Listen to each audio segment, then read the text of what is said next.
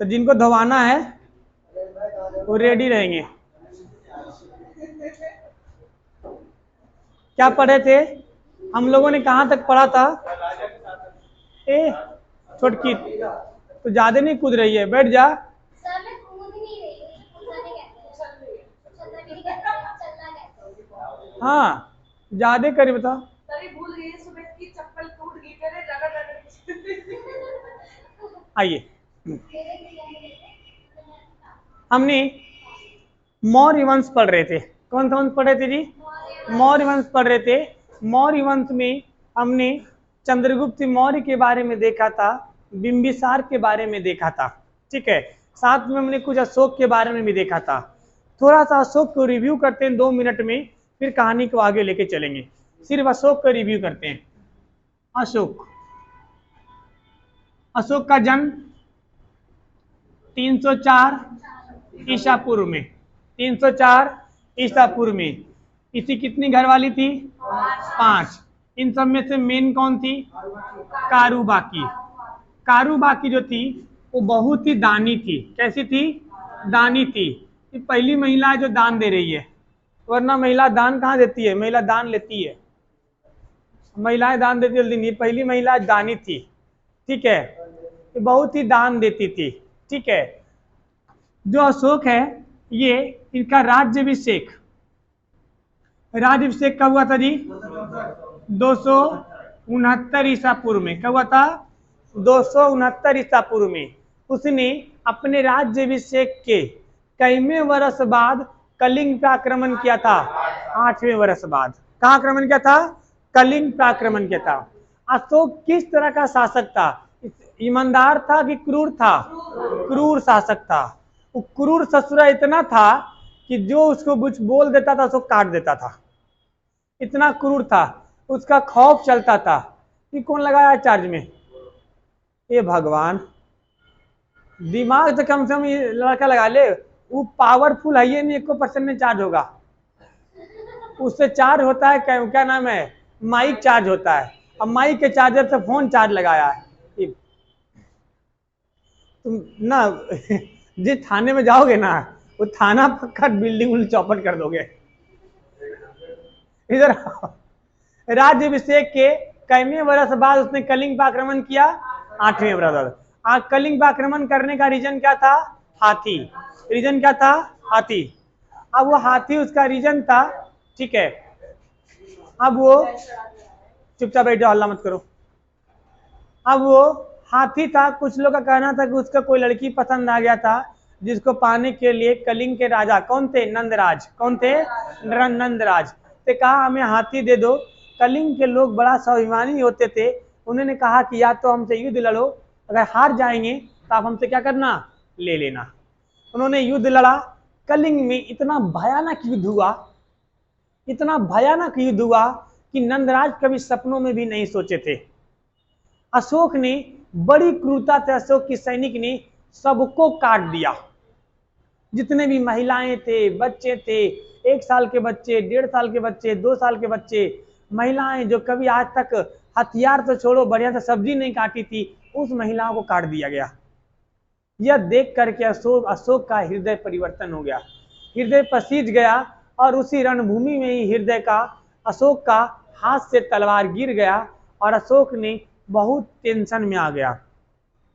ऐसा इतिहासकारों का कहना है कि अशोक को उन लाशों को देख के उतनी हानि नहीं हुई थी, उतनी धर्म नहीं पिघला था, जितने कि उस महिलाओं को देख के, मासूम बच्चों को देख के अशोक ने देखा था।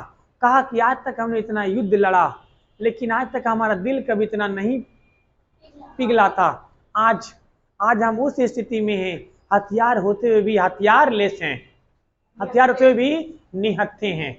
और उन्होंने घर आके टेंशन में रहने लगा। उसने फिर प्रण कर लिया कि वो हथियार नहीं उठाएगा। उसका एक भतीजा था जिसका नाम था निग्रोध। क्या नाम था? निग्रोध। निग्रोध नाम था।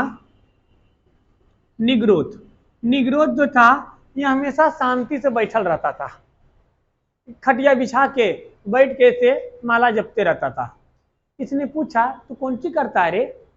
तो बोला आप नहीं जानेंगे, हम ये बौद्ध धर्म अपनाए हैं। बोला क्या होता है? बोला बौद्ध होता है, किताब पढ़ना पड़ता है, इसमें सूत पिटक, विनय पिटक, इसमें क्या नाम है, हथियार नहीं उठाना होता है, लोग से प्रेम से बातें करनी होती है। अच्छा, बोला और बता। बोला देखो, हम इतने बड़े ज्ञानी तो नहीं हैं, हम तुम्हें अपना एक गुरु के पास ले चलते हैं, ठीक है? तो बताइए, अशोक को बौद्ध धर्म की प्रेरणा कहाँ से मिली थी? निग्रोध से। प्रेरणा कहाँ से मिली थी? निग्रोध से। और इसको शिक्षा किसने दिया था? उपगुप्त ने दिया था। क्या दिया था? उपगुप्त। फिर अशोक ने अपनी बेटी का नाम क्या था? संघमित्रा, और बेटा का नाम महेंद्र।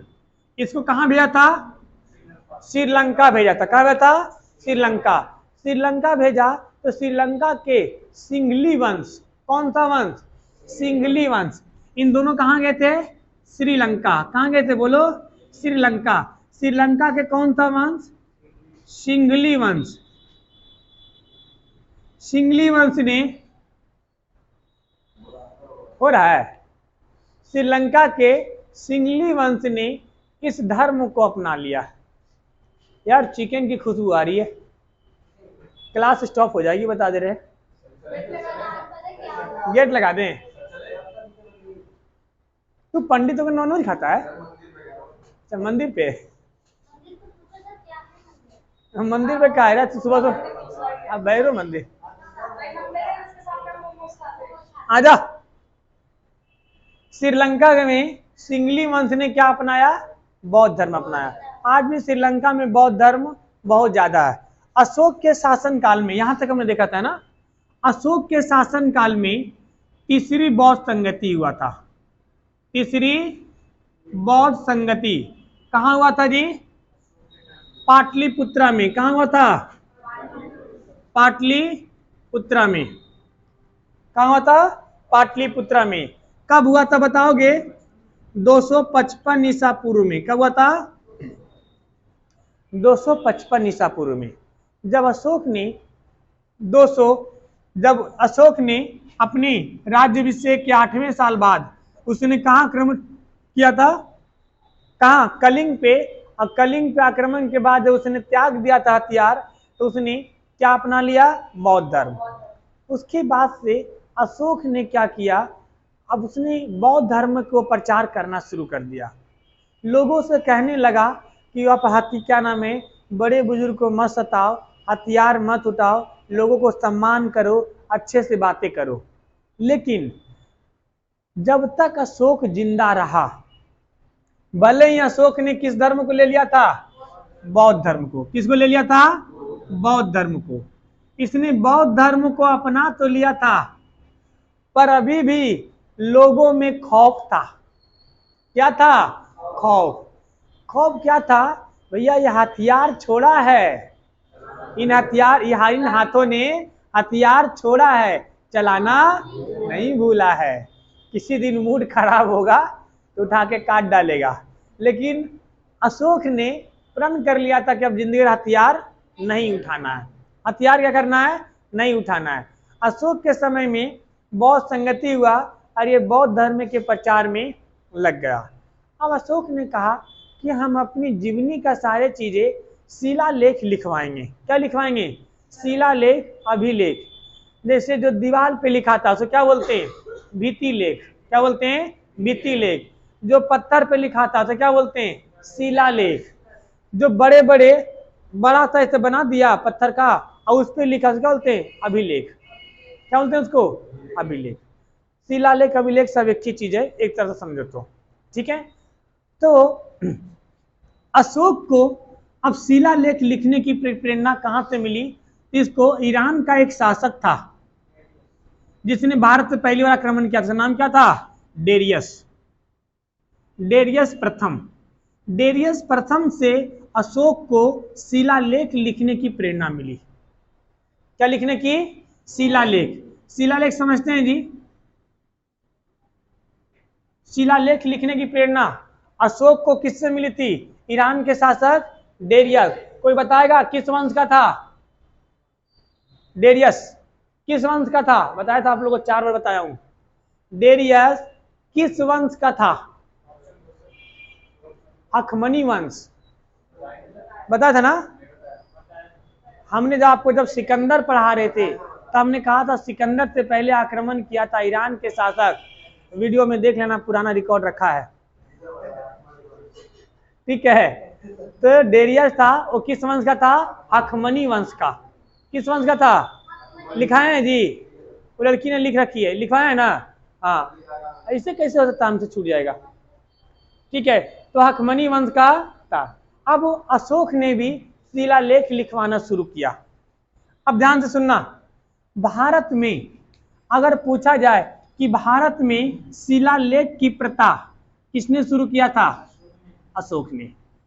शिलालेख की प्रथा किसने शुरू किया था भारत में? अशोक ने। सबसे पहले भारत में शिलालेख किसने लिखवाया था? अशोक ने। किसने लिखवाया था? अशोक ने। अब अशोक का जो शिलालेख था अलग अलग भाषाओं में था, अलग अलग भाषाओं में था, ठीक है। जरा इसको नोट करो, अभी मैप बनाऊंगा, नक्शा बनाऊंगा, नक्शा समझाता हूं आपको कहाँ किसकी शिलालेख कहाँ कहाँ थी।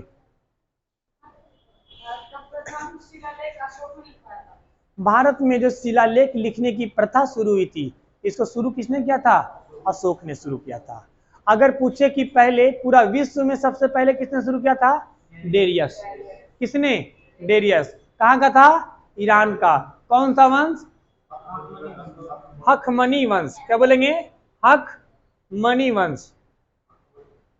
हखमनी वंश का शासक था, ठीक है। नोट करो जल्दी से इसको, रिवीजन आप लोग करते चलो, रिवीजन नहीं करोगे। हाँ जी, ये क्या था? सिंधु वंश। हाँ श्रीलंका गए थे वो लोग प्रचार प्रसार। हाँ, श्रीलंका प्रचार करने गए तो श्रीलंका के सिंगली वंश के लोगों ने, कौन से वंश के लोगों ने? सिंगली वंश के लोगों ने कौन सा धर्म अपनाया? बौद्ध धर्म। आज भी श्रीलंका में सबसे ज्यादा कौन सा धर्म है? बौद्ध धर्म। कौन सा धर्म है? बौद्ध धर्म। मिटा दूं?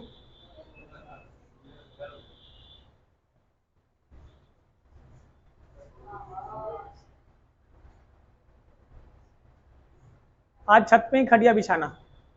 सर हमारे तो दोनों साइड से 36 से भी बड़ी-बड़ी खुली है। मिटा दूं? चलिए, अब देखिए, अब इसने शिलालेख लिखने की प्रथा शुरू किया। शिलालेख को इसने अलग अलग भाषाओं में लिखा, अलग अलग भाषाओं में। अब कहाँ की लैंग्वेज क्या थी, इस बात को समझते हैं जरा। जितने भी शिलालेख भारत में लिखवाए गए, कहाँ लिखवाए गए? भारत में। जितने भी शिलालेख भारत में लिखाए गए, ये उस समय की एक लिपि चलती थी जिसको बोलते हैं ब्राह्मी लिपि। क्या बोलते हैं? ब्राह्मी लिपि। ब्राही बोलते हैं, ब्राह्मी भी बोलते हैं। तो ब्राही लिपि में लिखा जाता है। ब्राह्मी या ब्राही एक ही बात हुआ। किस लिपि में? ब्राह्मी लिपि में। अगर बात करें कि पाकिस्तान में भी कुछ शिलालेख लिखवाया इन्होंने, क्योंकि पाकिस्तान पहले किसका था? भारत का ही था। अखंड भारत था, पाकिस्तान अफगानिस्तान। तो किसमें था? खरोष्ठी लिपि। कौन सा लिपि? खरोष्ठी। सर आज शाम में बनाएगा। अच्छा, ऐसा आएगा। खरोष्ठी लिपि। अगर बात करें अफगानिस्तान की, कहाँ जी? अफगानिस्तान की, तो अफगानिस्तान में कौन सा लिपि था? अरमाइड। अगर बात करें हम ग्रीक का, ग्रीक देख रहे हैं आप लोग, आप वर्ल्ड के नक्शा में देखिएगा, जो जहां भी तुर्की है, क्या है? तुर्की। वो पहले क्या हुआ करता था? ग्रीक। ग्रीक बोले तो यूनान। तो ग्रीक में जो भाषा था, कौन सा भाषा था? ग्रीक भाषा में था। किस भाषा में था? ग्रीक भाषा में था।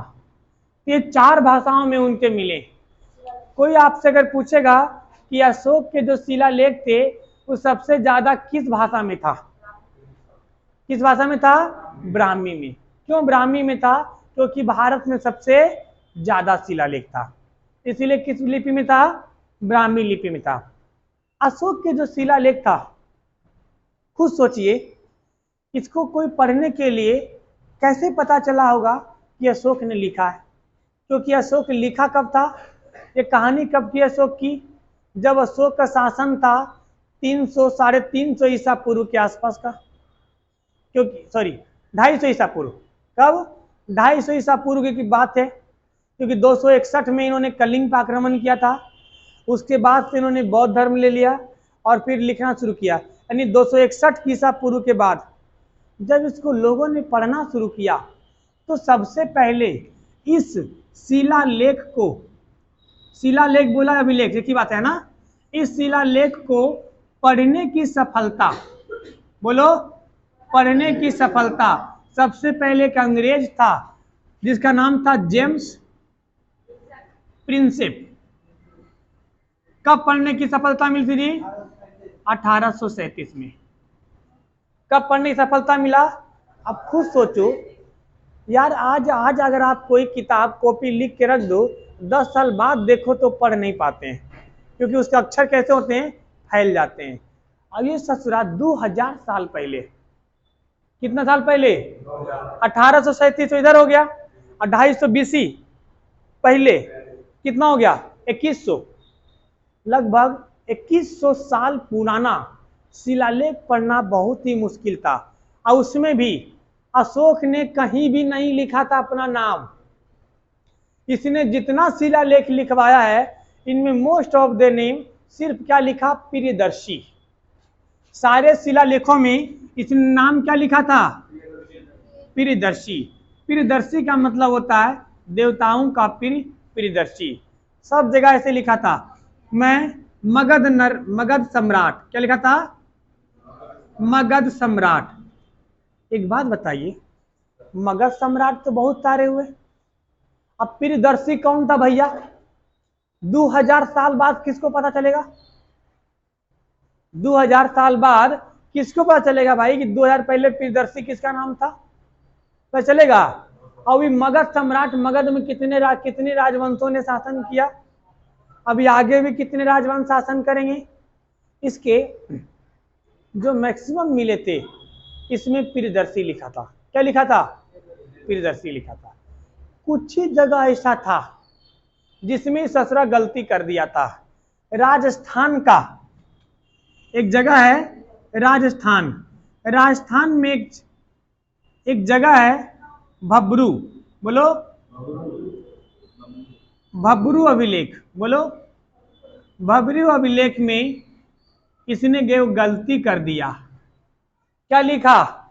मैं मगध सम्राट अशोक। तो पकड़ाए चोटा कहीं के, ये मगध सम्राट मिल रहा है। LHS कॉमन है तो RHS भी कॉमन होगा। ये बोला ओ ससुरा, ये पकड़ा गया रे, जेम्स ने पकड़ लिया हमने। ये सब किसका है? अशोक का। इसने ये गो में लिख दिया मैं मगध सम्राट अशोक। और उसमें भी बस यही एक था जिसमें पूरा लिखा है, बाकी 4 जगह इसके पहले और मिला जिसमें क्या लिखा था? अशोक। तुम चश्मा हटाओ अपना, इसी लगती है बिना चश्मा के, सर कैसे अच्छी लगती है वो? ठीक है। बाकी 4 जगह इसका और मिला जिसमें क्या लिखा था? सिर्फ अशोक। क्या लिखा था? अशोक। अब वो 4 जगह कहां था, इस बात को करते हैं। देखिए अशोक नाम कहां कहां मिला, इसको जरा देखते हैं। यहां तक कोई कंफ्यूजन नहीं है ना? मोस्ट ऑफ में क्या मिला था? मोस्टली में क्या मिला? प्रियदर्शी। एक में क्या मिला? मगध सम्राट अशोक। और बाकी 4 में क्या मिला? सिर्फ अशोक। क्या मिला? सिर्फ अशोक। इस चारों में 2 गो याद रखिएगा, खासकर आप लोग जो बड़े स्तर के एग्जाम दोगे, CGL से ऊपर लेवल के जो भी एग्जाम देंगे, सब याद रखेंगे 2 गो। कौन कौन 2 गो? हाँ जी, हाँ, मौर्य वंश से क्वेश्चन हमेशा 2 गो पूछता ही पूछता है। मौर्य वंश जिसको आप लोग छोड़े हो, तुम लोगों ने मिलके, क्या नाम है? चंद्रगुप्त मौर्य, बिंबिसार, अशोक। अशोक का शिलालेख जो अभी हम पढ़ने जा रहे हैं, एक सवाल फिक्स रखिएगा, कोई एग्जाम हो, चाहे चपरासी, खलासी, किसी का एग्जाम दे रहे हो, क्या करें? उसको ठंडा लग रहा है तो रुकिए।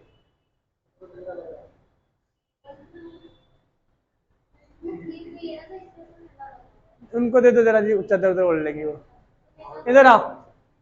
अशोक ने कितना लिखा था? 4 जगह अशोक लिखा था। कहां कहां जी? आ जाओ। मध्य प्रदेश के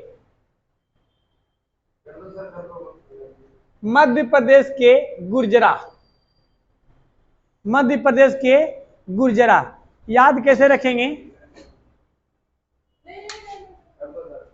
मध्य प्रदेश के गुर्जरा, अब इसको याद कैसे रखेंगे? नाम तो भूल सकते हैं गुर्जरा। देखो नक्शा दिख रहा है ना आपको, मध्य प्रदेश के बगल में क्या है? गुजरात। तो क्या याद रखना है? मध्य प्रदेश का गुर्जरा, गुजरात नहीं याद रखना है, मध्य प्रदेश का गुर्जरा। गुर्जरा में इसने क्या लिखा था? अशोक। उसके अलावे 3 और था, एक था, बाकी 3 कर्नाटक में, एक का नाम था मास्की। क्या नाम था? एक जगह नाम क्या है? मास्की, नेतूर, मास्की, नेतूर और उदय गोलान। मास्की, नेतूर और उदय गोलान। नेतूर और उदय गोलान याद नहीं रखेगा तो काम चलेगा, लेकिन गुर्जरा और मास्की 3-4 स्टार लगा लो यहाँ पे, ठीक है। कई बार एग्जाम में पूछा गया है, अब पूछा जाएगा। ये तीनों जगह कहाँ है जी? कर्नाटक में। ये 4 ऐसा था जहां पे क्या मिला? इसका नाम क्या मिला? अशोक। देखो अगर यहाँ पर रिवीजन में आपको याद नहीं होगा ना, तो घर में याद नहीं होगा, क्योंकि इसलिए कोशिश करिए जब हम यहाँ बोलने के लिए बोलते हैं तो बोलिए, क्योंकि यहाँ पे बोलोगे तो आपका दिमाग में बैठेगा। घर में बहुत सारा वर्कलोड होता है, नहीं हो पाता है, ठीक है। तो वर्क क्या नाम है? अशोक के शिलालेख को पढ़ने का श्रेय सबसे पहले किसको मिला? जेम्स प्रिंसेप को। जेम्स प्रिंसेप को कब मिला? 1837 में। कहाँ मिला? बहुत सारे देश, मतलब देशों की जब उसने, भारत, पाकिस्तान, नेपाल, अफगानिस्तान, बहुत जगह मिला, ठीक है। तो वहां पे उसको मिलाया। मोस्ट ऑफ में कहा छेड़ रहा है उसको रे? मोस्ट ऑफ में नाम क्या मिला उसका? प्रियदर्शी। क्या मिला? मैं मगध सम्राट प्रियदर्शी। 4 गो में क्या मिला था? एक बात बताओ, अशोक नाम खाली मिलने से क्या पता भाई अशोक कौन है? सफाई वाला है कि कपड़ा धोने वाला है कि कोई गाड़ी ड्राइवर है? कौन अशोक? जब तक साफ साफ नहीं लिखेगा तो उसने ये भबरू अभिलेख को मिलाया। इसमें क्या मिला? मगध सम्राट अशोक। बोला वो तोरी के। फिर जब सब के जितना शिलालेख था उस सब के राइटिंग मिलाया, बोलने का तरीका मिलाया, तो बोला अच्छा सब में बतिया एक ही तरह से बोल रहा है, मतलब अदमिया एक के है, अदमिया क्या बोली एक ही तरह से बोल रहा है। बोला अच्छा ये बात, पकड़ा गया चोट्टा, कहेंगे कौन है ये वही है सम्राट अशोक। कौन है? सम्राट अशोक। अब इसके शिलालेखों के बारे में देखते हैं कि किस शिलालेख, पहले कुछ लघु शिलालेख है, 7 लघु शिलालेख है, फिर 14 बड़े शिलालेख हैं। 21 आपको याद रखना नहीं, अभी याद हो जाएगा। अभी देखो कैसे जुबानी याद हो जाएगा, कोई दिक्कत वाली बात नहीं है। जिसको अभी याद नहीं होगा उसको कहिए याद नहीं होगा। नोट करना, नोट कर लो जल्दी से, अभी याद कराते हैं इसको। क्या बोला था? 7:30 हो गया वो मजा। इस 7 गो और पढ़ लेते हैं ना, छोटका लघु पढ़ लेते हैं तो बड़का कल पढ़ेंगे, लघु छोटा पढ़ लेते हैं, बड़ा कल पढ़ लेंगे, ठीक है। मजा आ रहा है ना? हाँ, अब उसको मजा आ रहा है तो भाई तो फिर क्लास नहीं रोकेगा। आप पूछेंगे, अरे वो लड़का बताएगा, चिंता मत करो। टेस्ट जिस दिन लेंगे उस दिन देख लेना।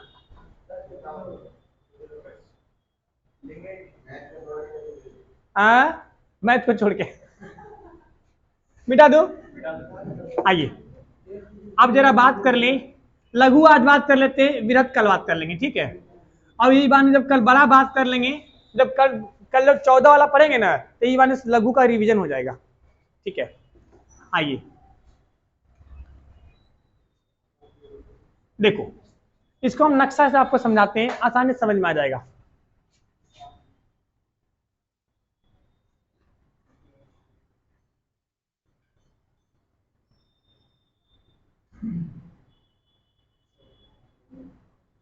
आ जाइए।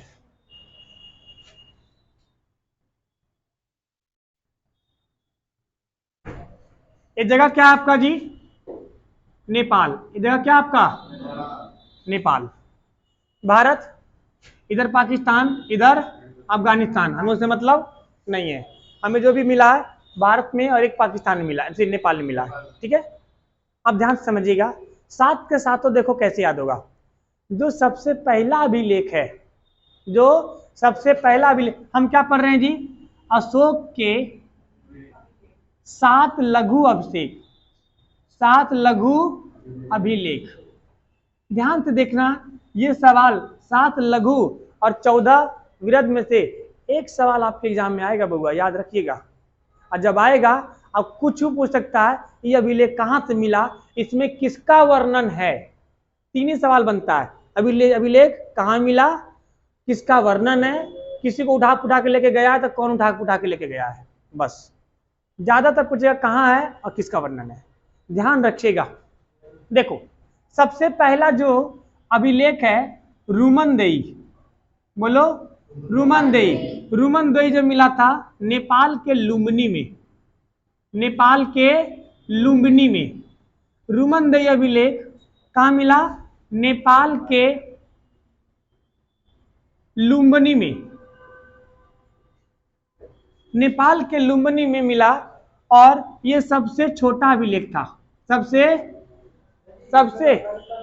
हाँ चलिएगा। उसमें अफगानिस्तान, रुमनदेई का नेपाल कर लो उसको, अफगानिस्तान में नहीं मिला था वो। रुमनदेई, हाँ रुमनदेई में कहाँ मिला था? नेपाल में मिला था। इसमें जो है ज्यादा कुछ चर्चा नहीं है, इसमें जो चर्चा है, इसमें टैक्स के बारे में चर्चा है। किस तरह चर्चा है जी? टैक्स के बारे में चर्चा है। वो टैक्स के बारे में चर्चा क्यों है? क्योंकि वहां भगवान बुद्ध का जन्म स्थल है, तो वहां के लोगों से कम टैक्स लिया जाता था। क्या लिया जाता था? सबसे कम टैक्स लिया जाता था, इसलिए उसमें किसकी चर्चा है? टैक्स यानी अर्थव्यवस्था की चर्चा है। किसकी चर्चा है? अर्थव्यवस्था की चर्चा है। सबसे छोटा है, किसकी चर्चा है? अर्थव्यवस्था। अर्थ ऐसी लिखा था वो, अर्थव्यवस्था। किसकी चर्चा है? अर्थव्यवस्था की चर्चा है, यानी सबसे टैक्स कम लिया था। ये सवाल कई बार पूछा गया है। अशोक के सबसे छोटा अभिलेख, बोलो रुमनदेई, कहाँ है? नेपाल में। कहाँ है? नेपाल में। देखो रुमनदेई हो गया। ये जगह आपका है दिल्ली, ये जगह क्या है आपका? दिल्ली। इसके ऊपर एक जगह है हरियाणा में, टोपरा। हरियाणा यूपी का बॉर्डर पे है, सहारनपुर के बॉर्डर लगता है उसका, क्या नाम है? टोपरा। और जस्ट दिल्ली से एक जगह नीचे मेरठ। एक याद हो गया अभी आपका, कौन था? रुमनदेई। दूसरा याद रखना है टोपरा अभिलेख, टोपरा अभिलेख। और तीसरा याद रखना आपको मेरठ अभिलेख, मेरठ अभिलेख। याद हो गया ना? दो और। पहला रुमनदेवी, कहाँ? नेपाल। दूसरा टोपरा, कहाँ? हरियाणा। तीसरा मेरठ, कहाँ? यूपी। था तो इस ससुरा कहाँ? टोपरा में, मेरठ में। लेकिन एक शासक हुआ था फिरोज शाह तुगलक। क्या नाम था? फिरोज शाह तुगलक। फिरोज शाह तुगलक को अभी जब आगे पढ़ाऊंगा तो बताऊंगा। फिरोज शाह तुगलक को सल्तनत काल का अकबर कहा जाता है। ये भी सवाल पूछा गया है, हमारे मुंह से निकली हुई एक एक शब्द आपके एक सवाल पूछे हुए हैं, इसलिए ध्यान से सुनिएगा सारी बातों को। ठीक है, क्या बोले थे? फिरोज शाह तुगलक को दिल्ली सल्तनत का अकबर कहा गया है। फिरोज शाह तुगलक बेवड़ा था, इसने देखा कि टोपरा मेरठ में क्या कर रहा है रे, इन दोनों को उठा के कहां ले आया? दिल्ली। फिरोज शाह तुगलक, FST चलेगा शॉर्ट में। फिरोज शाह तुगलक ने इन दोनों को कहां ले आया? दिल्ली। दिल्ली में कहां? तुगलकाबाद। बोलो, मैंने देखा है सब। देखा ना तुगलकाबाद। तुगलकाबाद में दोनों अभिलेख को उठा के ले आया, अल्लाह के खड़ा कर दिया। तो कहाँ आ गया? तुगलकाबाद में। कौन लाया था? फिरोज शाह तुगलक में। कई बार सवाल पूछ चुका है कि टोपरा और मेरठ अभिलेख को किसने उठा के लाया था? फिरोज शाह तुगलक ने। किसने लाया था? फिरोज शाह तुगलक ने। अब चौथा, ये जगह आपका यूपी में कौशाम्बी। कौशाम्बी आपका कहाँ पड़ता है पता है? इलाहाबाद के पास पड़ता है। इलाहाबाद से 100 किलोमीटर की दूरी के आसपास है कौशाम्बी। क्या जी? ये वाला कौशाम्बी नहीं, मेन कौशाम्बी। एगो ये कौशाम्बी है वैशाली वाला, हाँ वो नहीं, वो तो सोसाइटी बना है। मेन कौशाम्बी कहाँ है? इलाहाबाद के पास। तो इलाहाबाद के पास एक कौशाम्बी अभिलेख। क्या जी? कौशाम्बी। ऐसी लिखाता है वो, ब होता है कि भ होता है? ब होता है ना। कौशाम्बी अभिलेख। कौशाम्बी अभिलेख, अब देखो कौशाम्बी अभिलेख कहाँ था? कौशाम्बी में होगा, इलाहाबाद के पास कौशाम्बी में। इस जगह से अकबर जो जब शासन था तो कौशाम्बी पहले इसके अशोक के शासन काल में बहुत डेवलप था, इसलिए कौशाम्बी में क्या लिखवा दिया? अभिलेख। ठीक है, किससे क्या लिखा दिया? अभिलेख। ये जब कौशाम्बी अभिलेख है, इसमें क्या नाम है? अशोक के पत्नी कारूबाकी का वर्णन है। किसकी वर्णन है? कारूबाकी का। और उसमें यह वर्णन है कि ये दान बहुत देती है, ये बहुत ही दानी है। क्या है? अकबर ने सोचा कि एक बात बताओ कि कौशाम्बी में क्या करेगा? कौशाम्बी में, क्योंकि अकबर के शासन काल के समय में इलाहाबाद ज्यादा प्रसिद्ध हो गया था, तो उसने इस कौशाम्बी अभिलेख को उठा करके कहाँ ले आया? इलाहाबाद। कौन लाया? अकबर। काहे लाया जी? कहा देखो इलाहाबाद में कुंभ मेला लगता है, अब कुंभ मेला में लगा देंगे तो उर्तिया पड़ेगी कि वो अशोक की पत्नी बहुत दानी थी, हम भी दान देते हैं। हम भी 2 रुपया देगी, 4 रुपया देगी ना, एक और 2-4 रुपया देगी तो ढेर हो जाएगा। अशोक ने कहाँ लाया था? इस ससुरा। हाँ बताओ, इस ससुरा ना क्या नाम है, ये लोग उठा पुठा के इधर ले आया, 3-4 को जीके बढ़ा दिया। क्या जरूरत उठा के लाने का? नहीं लाता तो ये नहीं पढ़ना पड़ता कौन लाया, कहाँ लेके गया, पढ़ना पड़ता नहीं। 4 याद हो गया?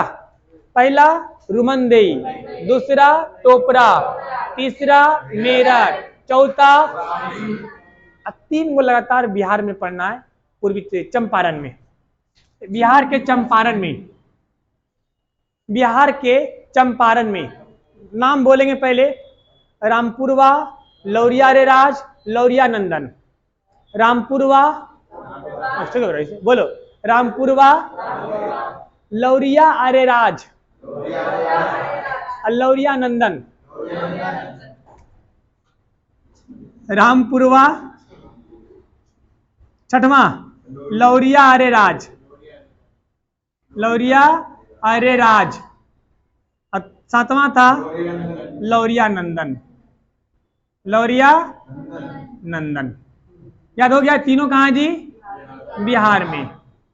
इस बिहार में भी जो है, पटना में नहीं, चंपारण। कहाँ? चंपारण में। ठीक है, इस चंपारण में लौरिया नंदन में जो है, इसमें मोर का चित्र बना है। किसका बना है? मोर का चित्र बना है। पूछा गया था कि अशोक का कौन सा शिलालेख था जिसमें मोर का चित्र था? कौन था? लौरिया नंदन, लौरिया नंदन। सातों याद हो गया? याद हो ही गया होगा। ये 3 में बोलने में दिक्कत होगा, बाकी बोल देंगे। सबसे पहले रुमनदेई, कहाँ? नेपाल। दूसरा टोपरा, हरियाणा। तीसरा में यूपी। दोनों को उठा के कौन लाया? फिरोज शाह तुगलक। फिरोज शाह तुगलक दिल्ली लाया। गोली मारो, कहाँ लाया? दिल्ली लाया। ठीक है, उसके बाद चौथा कौशाम्बी, कौन उठाया? अकबर। कहाँ लाया? इलाहाबाद। बाकी 3 गो रामपुरवा, लौरिया रे राज, लौरिया नंदन। बोलो 3 बार बोलना, रामपुरवा, लौरिया रे राज, लौरियानंदन, रामपुरवा, लौरियारेराज, लौरियानंदन, रामपुरवा, लौरियारेराज, लौरियानंदन। याद हो गया? कुछ था?